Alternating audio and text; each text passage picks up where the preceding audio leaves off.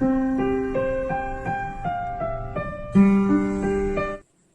कहते हैं कौवा बहुत सियाना होता है, मगर वो इतना सियाना और समझदार खुद से तो बना नहीं। उसके पीछे उसकी काली कवि का हाथ। कहते हैं एक राजा कौवा था, उसकी मलका कवि उसको धोखा देकर उसका सारा रुपया पैसा लेकर इंग्लैंड चली जाती है। राजा कौवे को बहुत गुस्सा आया। उसने गुस्से में हुक्म दिया, दुनिया की तमाम कवियाँ एक जैसी होती हैं धोखेबाज। मैं उनको सबक सिखा कर रहूंगा।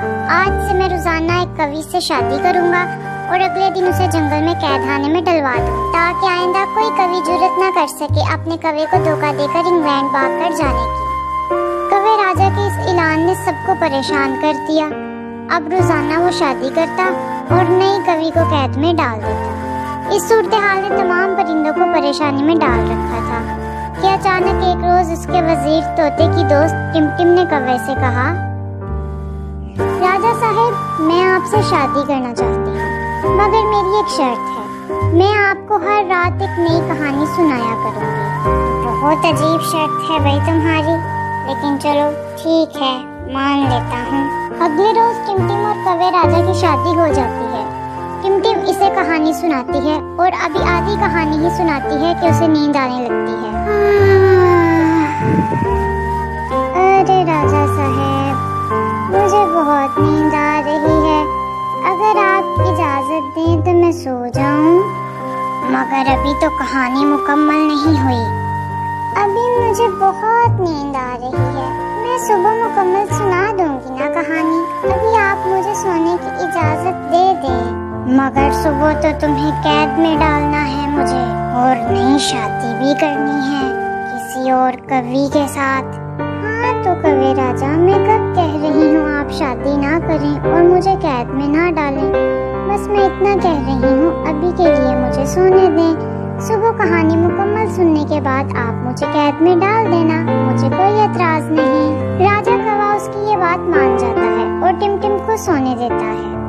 अगले दिन टिमटिम पहली कहानी मुकम्मल करते साथ ही नई कहानी शुरू कर लेती। अब उसका रोज का ये मामूल बन चुका था, वो हर रोज नई कहानी शुरू कर देती और उसे मुकम्मल किए बिना ही सो जाती।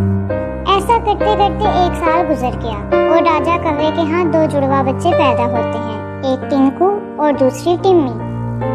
राजा बच्चों को देखकर बहुत खुश होता है।